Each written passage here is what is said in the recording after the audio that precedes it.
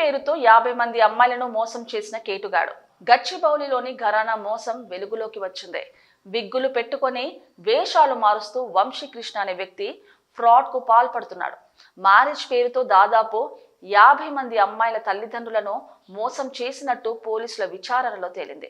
ఇప్పటికే పలుమార్లు అరెస్ట్ అయ్యి కృష్ణ మ్యాట్రిమోనీ సైట్లో అందమైన ఫోటోలు పెట్టి పెళ్లి ప్రకటనలతో మోసాలకు పాల్పడుతున్నాడు.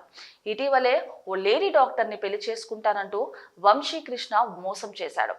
డాక్టర్ తండ్రి నుంచి 40 లక్షల రూపాయల వరకు వసూలు చేసినట్టు తెలుస్తోంది.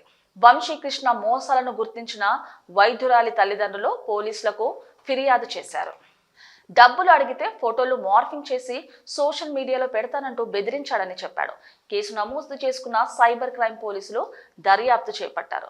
పోలీసుల విచారణలో ఈ నిత్య పెళ్లి కొడుకు ఆగడాలు వెలుగులోకి వచ్చాయి. తను ఐటీ కంపెనీ ఓనర్ని అని నమ్మించి సికింద్రాబాద్ కు చెందిన ఓ కుటుంబం నుంచి భారీగా డబ్బు వసూలు చేసినట్టు తెలుస్తుంది.